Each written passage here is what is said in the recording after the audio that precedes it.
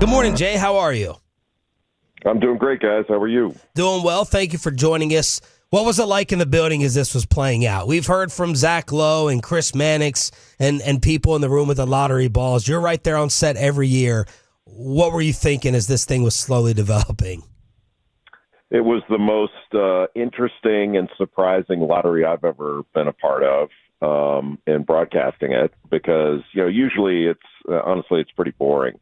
I still don't know exactly how the lottery works and I've heard it every year because I'm like, just tell us who it is. So I don't really care about all the ping pong balls, but I know, there are all these different combinations and all that stuff and how it works. But when you go through the 14 and there's a change, you go, wait a minute, this one's in the top 4.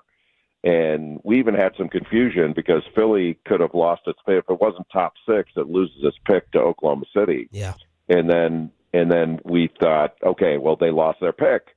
And it turned out, no, they're top 4. I mean, it was ridiculous. It was so crazy. And then with Dallas, just the swing of, the Luka Doncic trade and all the criticism and the injury to Kyrie Irving and then getting Cooper Flagg. What a roller coaster ride for Dallas. It was really kind of amazing. What do you say to all the conspiracy theories? That think it was rigged? Yes.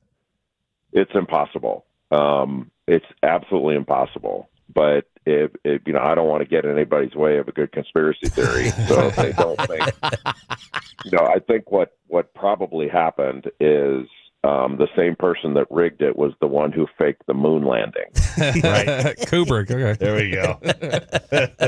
And then, Jay, you usually have a lot of solutions to all these college issues.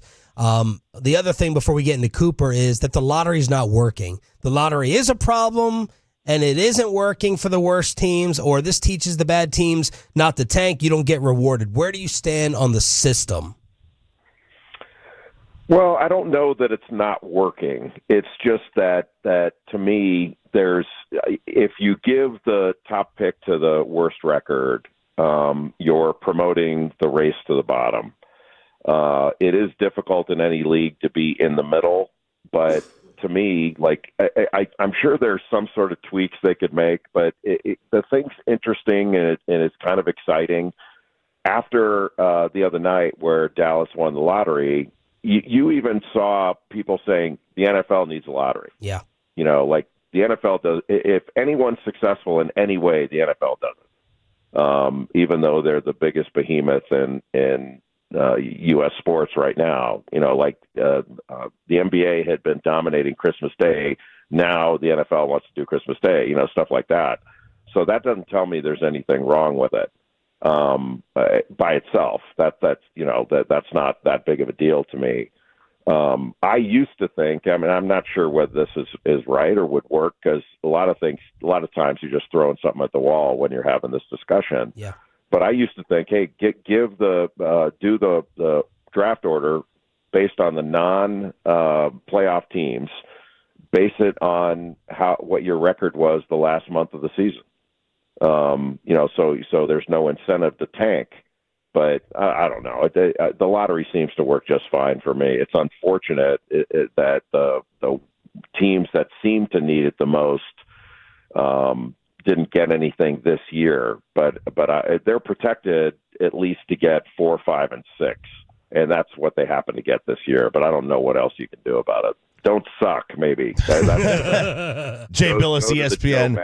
Don't suck.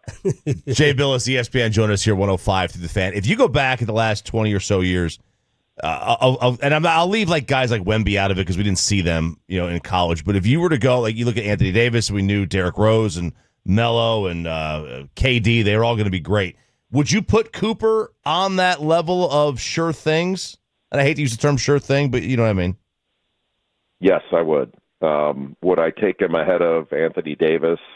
That would be a tough decision. KD was a different cat. You knew that he was going to lead the league in scoring, but he didn't go number one his year. Greg Oden did because we were above Ohio State because we were still, I think, hung up on big men, and maybe we're slow to realize, hey, the game's changing, or the game has changed even. But Flagg is sort of the modern chess piece in a basketball game. There's nothing he can't do on the offensive end. He's got size, skill, unbelievable basketball IQ, and then he impacts the game in a big way on the defensive end as well, with his defensive versatility, his motor, blocking shots, getting steals, and he's got this acumen for the game, and this I don't want to say insatiable, but he's got a desire to get better, like kind of every day. And people say that, but he actually does it. And his competitive nature is on the highest tier of players I've seen at this age. It doesn't like he's the best freshman Duke's ever had. It's not a close call to say that. It doesn't mean there weren't others that weren't really, right with him or not far off. But to me, I can say that without reservation. He's just 18. I mean, he turned 18 in December.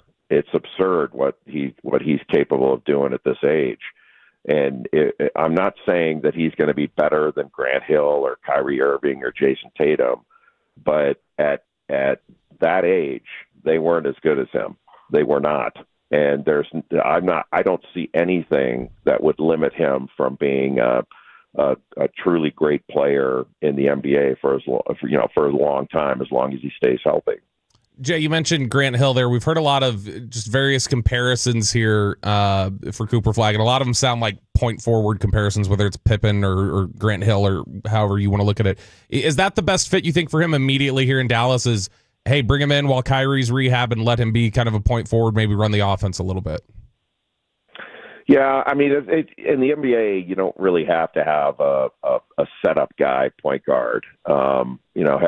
Denver, Jokic brings the ball up. It's not that big of a deal. I think with Dallas, you can have a number of different guys, if they grab a rebound, can initiate something. But Flagg's capable of doing that, and he's not going to come in. Like, he can come in and be a star caliber player without being a star caliber usage guy from a shot perspective. Like, he's not going to gobble up a bunch of shots and people are going to go, hey, what's this? He's not a volume shooter. He's a right playmaker. He's a playmaker, but he makes the right play. And like early on in the season, there were people saying, okay, it looks like Konkanipple is going to be the leading scorer. And it wasn't that Flagg was kind of settling in. It was that he kept making the right play, and it didn't mean scoring early on against some of the poorer teams that Duke was playing. But later on in the season, he gets 42 against Notre Dame and 30 against Arizona and all this stuff. You're going, okay, this guy's the real deal. I mean, it's ridiculous. I saw it in high school, but it's crazy how advanced he is at such a young age. Like, you just don't. I've never seen a player at Duke like that. And honestly, going through like a catalog of players, I can't think of anybody. I'm going, well, this dude was ahead of him at this stage at 18. Or maybe LeBron, but that's going back a ways, and you're on a pretty high tier of players when you're talking about that. The great Jay Bilas joining us here on Shan and RJ 105.3 The Fan. Is there a close number 2 prospect, Jay, or is this just a gigantic gap? Is there any decision to think about here? Is there a close number 2, or it's a no-brainer? It's a no-brainer at 1. I don't think any team in the league would take anyone. If they're keeping the pick, they wouldn't take anyone other than Cooper Flagg. No team in the league. Number 2, probably Dylan Harper of Rutgers. Ron Harper's son, a 6'6" lefty that is a very good pick-and-roll decision maker and scorer, and he plays at his own pace. He's a really good player. He's not Cooper Flagg. He's not as good as Flagg. And look, there are a number of really good players in this draft, and we're going to look back and say, wait a minute, the guy that was taken 10th should have been taken 2nd, or so. That's possible. But I can't imagine that we're not going to look back and go, Flagg was the prize here. The NBA scouting is never perfect, and it's not perfect in the NFL. They look at him for 5 years and they make mistakes. The NBA makes mistakes, but they know what they're looking at. And sometimes you can't gauge what's, the heart a guy has or the drive, things like that. Will it turn out to be what you think. You believe certain things based on information and data and intelligence gathering. But there's no doubt with this guy. He's the real thing. Jay, we are still a little shell-shocked because we didn't think it was possible that somebody would trade Luka for, a 32-year-old. But would you even entertain the Flagg for Giannis type deal? Well, it depends on it wouldn't be Flagg for Giannis straight up, so it would have to be more. I don't think that Milwaukee, they need more than one player. They're in a hole, and they don't have any, and they'd be in a big hole if they let Giannis go, and they don't have any assets for future drafts, and that's a big problem. So you'd have to give up a lot to get him, and I don't think Dallas is in a position where they need to do that. And because the way I look at it, and I'm not a GM, but you don't want to be giving up your future. And Flagg is the future of the Dallas Mavericks. He can also be the present, but he's the future. And before I was in Dallas for the Christmas Day game where Doncic got hurt. And I think I actually said on the air, I thought that the Dallas roster was better this year than it was last year when they went to the NBA Finals. And I thought Nico Harrison did a great job. Bringing in Gafford last year was, I thought, a great stroke. Yeah. And then I thought Najee Marshall was a great get this year. They had a really good roster and a really good chance in the West. Now, what would have happened had Kyrie remained healthy with a healthy Anthony Davis down the stretch? I don't know. Nobody knows. But I liked it. I thought that was a good group, but I don't think I just didn't anticipate that trade being made. I don't know who did. But let's see how it works out. It's going to be a lot better. The whole thing's going to look a lot better with Cooper Flagg in the mix. That's a pretty nice ingredient to the mix they have there. And then if Kyrie Irving comes back healthy from the ACL, who knows what happens at the end of next year. But Dallas is in a good position now. Jay, where did you stand on the trade? You're calling NBA games. Did you kind of understand and see where Nico was coming from? I don't know how much you actually know him, but everyone who knows him kind of echoes his beliefs. Like, this is the type of, fundamentals he believes in. This is the type of guy he wants. We all know the Kobe ties. Did you kind of see where Nico was coming from, or you joined the rest of the Metroplex who wanted to burn the arena down? I was a little bit of both. I absolutely saw where he was coming from. That Doncic in the future, like if you look at his body now versus when he was early seasons, he had a lot more bounce. He was in better condition, and he was better, even better defensively. Like, he wasn't a good defender, but he wasn't like he is now, where he's a target. And so I absolutely understood that. The burn down the Metroplex part, I didn't really think that they got enough, honestly. But I don't know all the ins and outs of the trade. Like, if it were a little bit more open to other teams being involved, maybe they get more. That was my belief. But I certainly understood the trade. And certainly understood the motivation and the thought behind it, and don't necessarily disagree with it. I didn't. The fact that Dallas fans were upset, and maybe if it's true what they were saying, that, well, maybe we didn't anticipate how upset they would be. That I would say, no, you had to know that. Like, that's the most popular player. So when you do that, you have to be willing to take the blowback. And but I think this reduces it now and gives everybody some hope that things are gonna be better, and I think they will be better. Is Cooper a right away step in? Not a project at all. Is he ready right away to be maybe the number 2 on a playoff team? Yes, he's ready for just about anything. He's not afraid of anything. He picks things up quickly. He doesn't need to come in and be the man, but he's not afraid of being the man.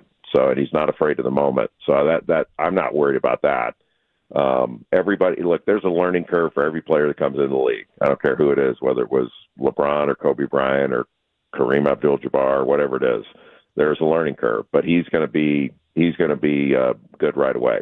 And he'll continue to get better. Like what he is as a rookie will not be what he is as a third, fourth year player. He'll continue to rise. Jay Bilas, ESPN here on The Fan. Last one for you, Jay. Just with Nick Saban meeting with the president and all the NIL talk, and we need to kind of harness this a little bit and adjust it. Where do you stand on NIL right now and where it could be going or where it should be going?